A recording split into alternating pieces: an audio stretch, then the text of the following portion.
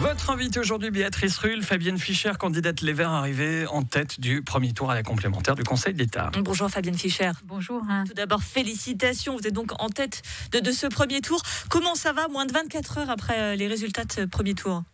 Écoutez, je suis très contente et confiante pour la suite.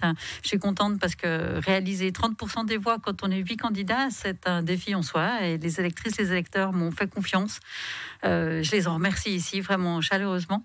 Donc ce matin, c'est sereine, déterminée et prête à partir pour le deuxième tour. Un grand sourire derrière ce masque qui le cache. Mais alors, je vais être un peu dans les détails. Mais c'est vrai que vous avez récolté 30% des voix.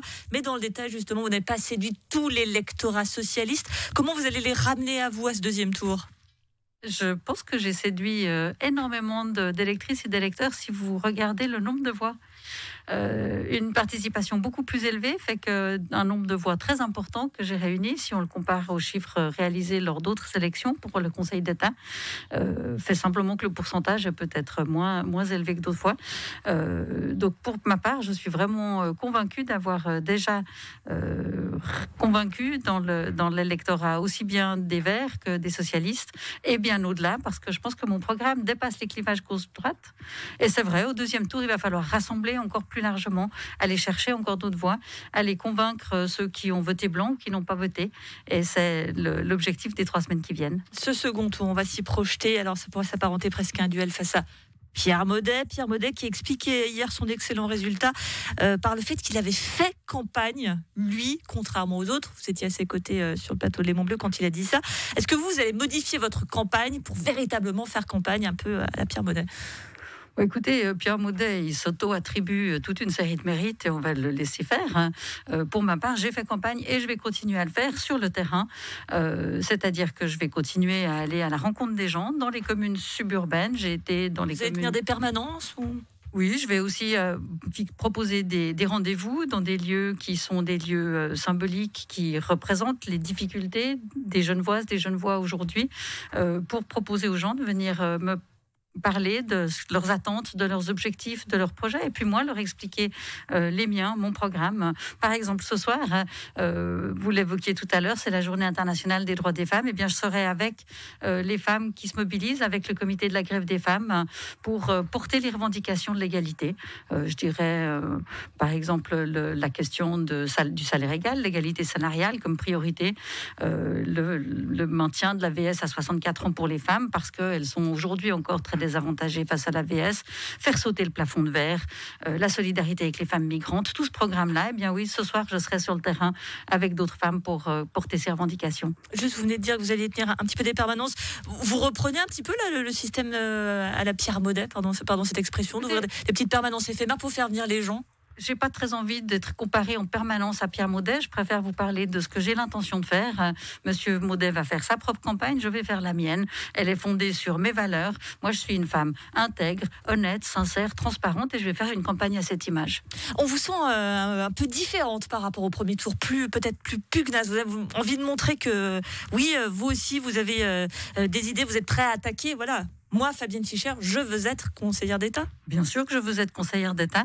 C'est plus facile aujourd'hui que la situation s'est un peu clarifiée et que le deuxième tour permettra d'être effectivement beaucoup plus clair et affirmer un certain nombre de points de mes ambitions programmatiques en sachant que j'ai déjà plus de 38 000 électeurs, électrices qui m'ont fait confiance aujourd'hui. Ces ambitions programmatiques, venons-y, quelles sont-elles ? Alors, j'ai mentionné tout à l'heure déjà le combat pour l'égalité. L'égalité, évidemment, entre hommes et femmes, mais aussi l'égalité pour toutes les personnes LGBTIQ+, qui aujourd'hui souffrent encore de discrimination. Mais je pense aussi à l'égalité sur des questions plus immédiates pour les Genevois.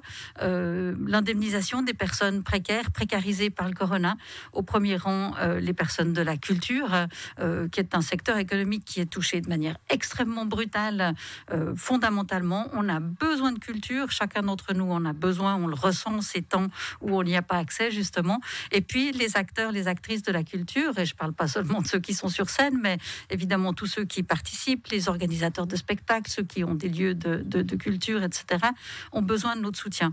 Et moi, j'aimerais qu'on investigue, par exemple à Genève, la possibilité qui a été mise en œuvre à Bâle d'un revenu de base pour les acteurs de la culture pendant cette période de pandémie, pour permettre aux personnes qui nous offrent la culture de continuer à faire leur travail dans des conditions décentes. Donc un revenu de base un peu sans condition.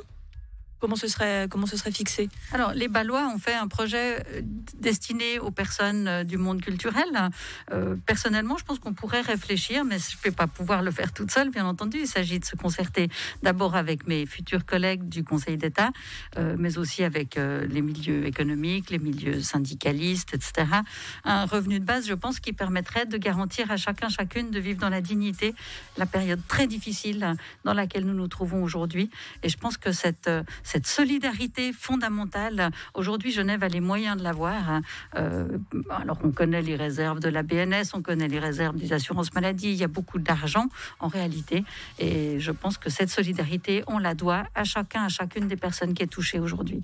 Fabienne Fischer qui nous a parlé de ses futurs collègues du Conseil d'État. C'est donc une Fabienne Fischer combattante et sûre d'elle que nous recevions aujourd'hui, candidate des Verts pour cette élection à la complémentaire. Deuxième tour le 28 mars. Merci d'avoir été sur Radio Lac. Merci de votre invitation.